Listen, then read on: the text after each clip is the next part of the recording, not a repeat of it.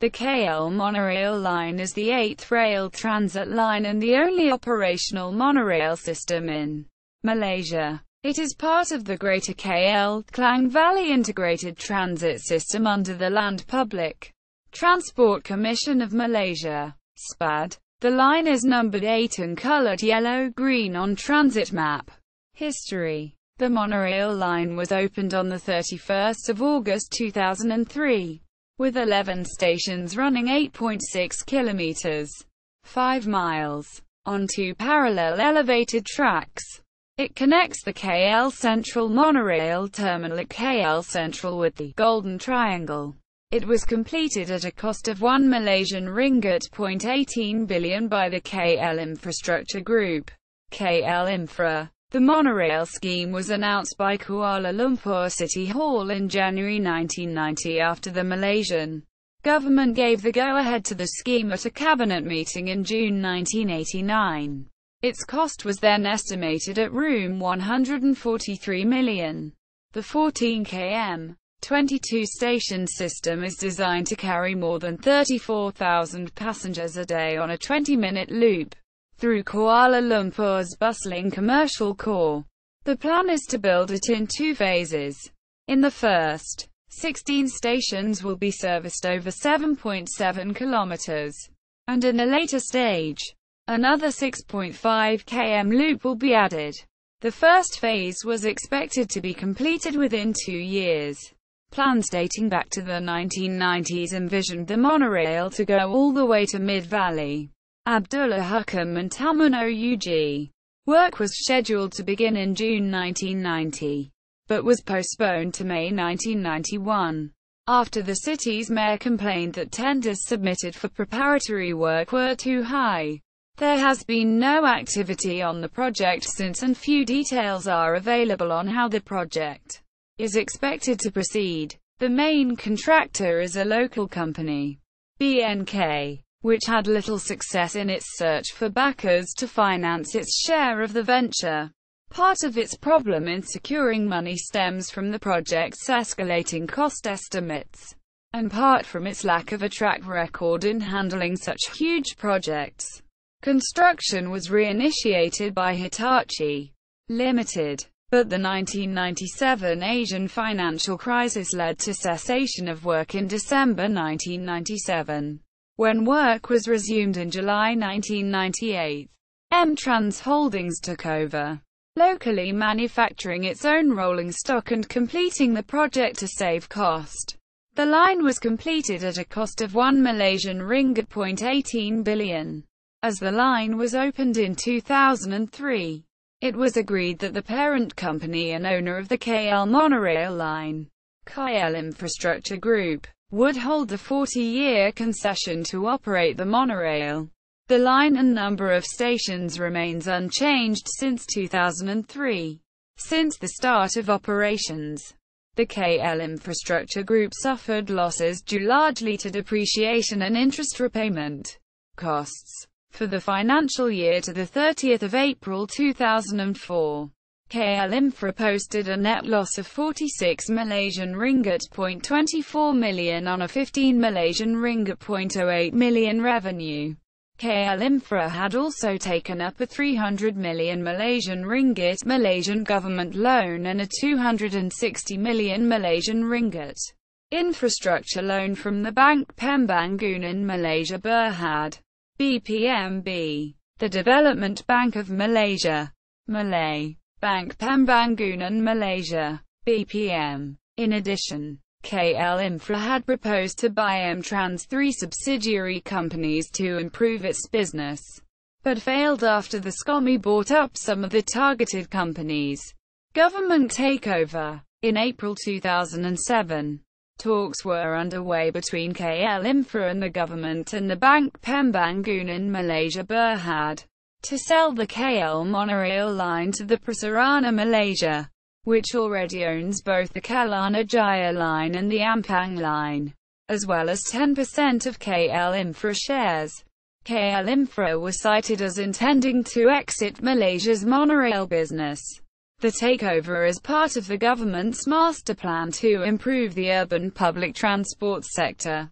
SPN gave its agreement in principle to the takeover on the 22nd of December 2006, and a follow-up meeting was held on the 6th of February 2007 with the government on the takeover of its operational assets and assumption of loan liabilities. A due diligence audit was conducted from the 5th of March 2007 to the 27th of April 2007 by consultants appointed by the government. Following agreement to the takeover, BPM granted KL Monorail an extension until the 29th of April 2007 for an interest repayment amounting to 4,244,801 Malaysian ringgit .91, which was originally due on the 29th of December 2006.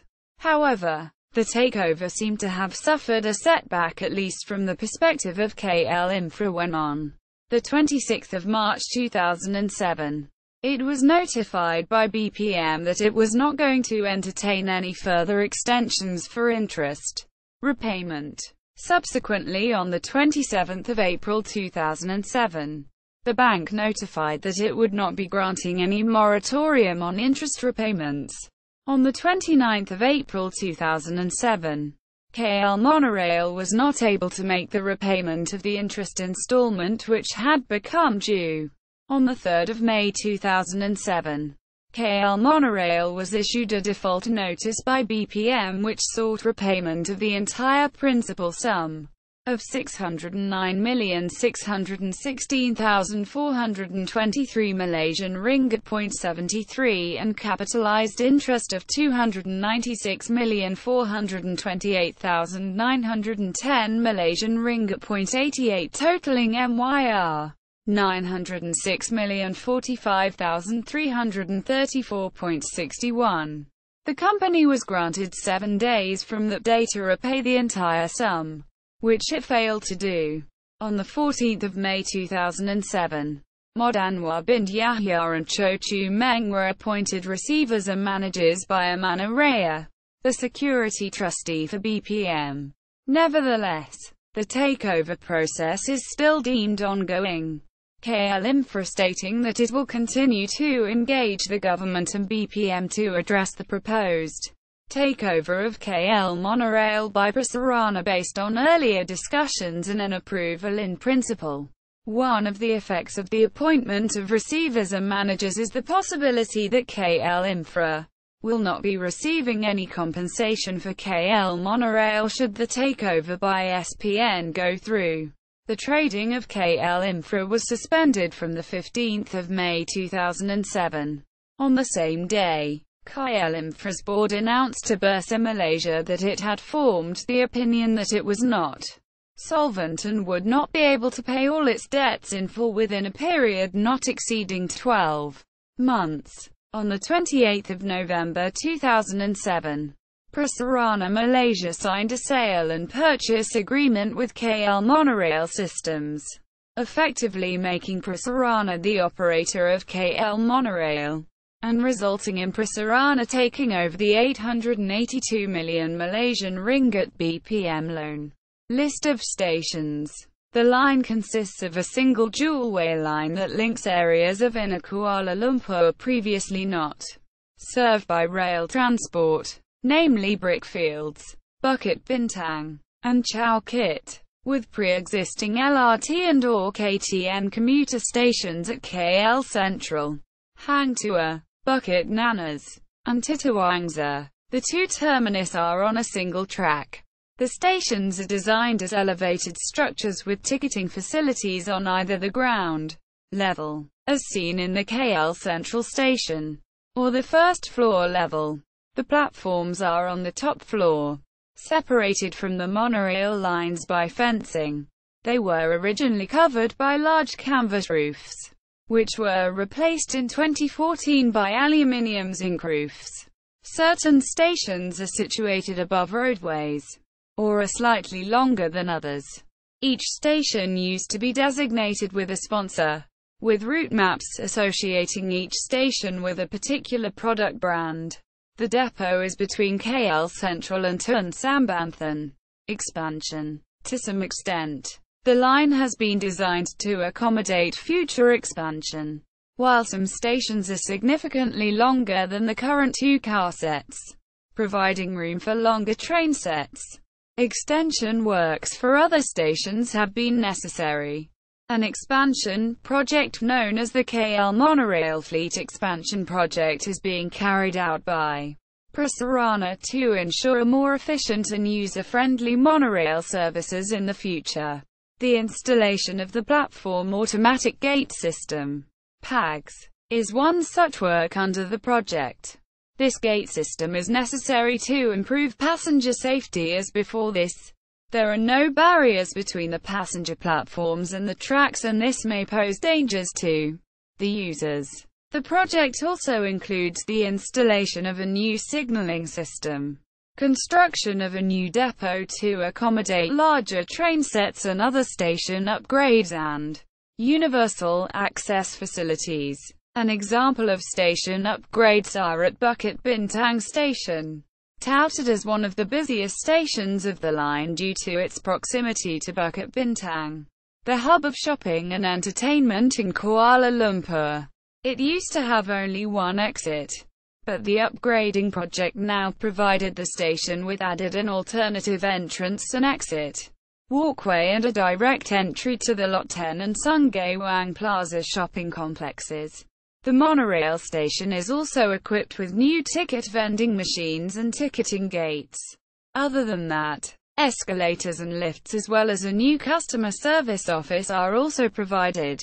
Another example of station upgrades is at the second busiest monorail station, Kuala Lumpur Central Station, where the new central overhead bridge becomes the new entrance to the station. Previously, the monorail users needed to exit KL Central and cross the busy main thoroughfare and brickfields to reach the station. The completion of the overhead bridge now enables customers to travel between KL Central and the monorail station safely and conveniently.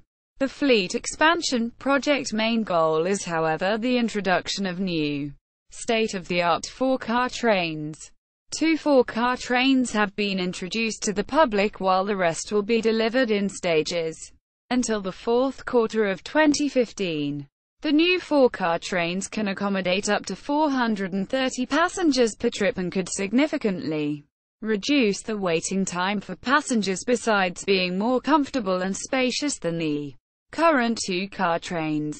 After all sets of 4-car trains have been delivered and commissioned into the system, the 2-car sets, which have been in operational since 2003, would be retired. Besides having a larger capacity, the new trains are also fitted with better safety features, including open-door window, on-board closed-circuit TV cameras and run-flat features, which allow the trains to continue moving despite her puncture. Rolling stock. The line uses permanently coupled 2-car trains of a similar design to the Seattle Center Monorail's ALWEG trains.